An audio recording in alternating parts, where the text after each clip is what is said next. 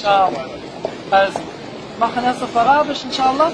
Dann machen wir das auf Deutsch, damit du auch verstehst, was es bedeutet. Du musst bezeugen kannst du nur, indem du das weißt. Also ich erkläre dir das auch, was es bedeutet, okay? Also auf Arabisch sagt man, Ashhadu La ilaha, genau, illallah, wa ashhadu anna Muhammadan Rasul Allah. Takbir. Ich bezeuge, dass es keinen anbetungswürdigeren Gott gibt, außer Allah. Und ich bezeuge, dass Mohammed sein letzter Diener und Gesandter ist. Takbir. Allahu Akbar. So, eine Sache noch mal, Schwester. Erstmal, ich heiße dich willkommen. Ich möchte wissen, kannst du sagen, hat dich jemand gezwungen, dass du den Islam nimmst oder jemand unter Druck gesetzt, dass du den Islam annimmst? Nein, ich habe eine Cousine, die ist auch in den Islam eingetreten und schon seitdem 7 bin. Also hast du das aus freien Entscheidungen gemacht? Ja. Alhamdulillah, jetzt bist du offiziell unsere Schwester.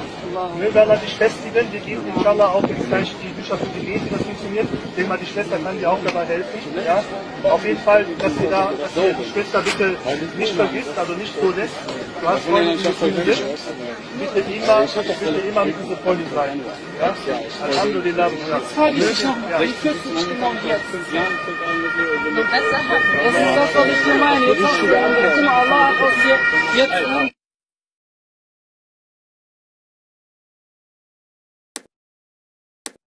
Ciao. Also, machen erst auf Arabisch, inshallah.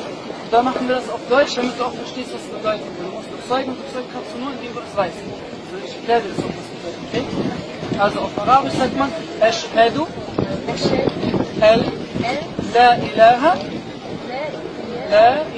genau, illallah, wa ashhadu anna Muhammadan Rasul Allah.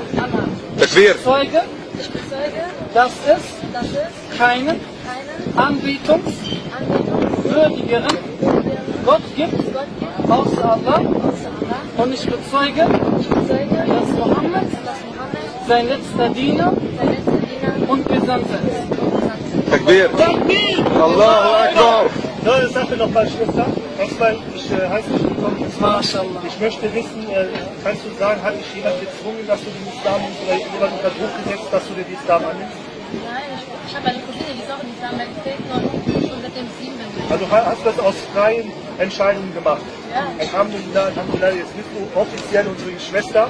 Wir werden dich festigen, wir geben inshallah auch jetzt gleich die Bücher für Gebet, wie das funktioniert. Ich denke mal, die Schwester kann dir auch dabei helfen. Ja? Auf jeden Fall, dass ihr die Schwester bitte nicht vergisst, also nicht so lässt. Du hast Freunde, die Muslimen sind. Bitte immer mit dieser Freundin sein. Ja? Alhamdulillah. Jetzt frage ich dich nochmal, wie fühlst du dich genau jetzt? Besser. Das ist das, was ich dir meine. Jetzt hast du guck mal, Allah hat aus dir jetzt...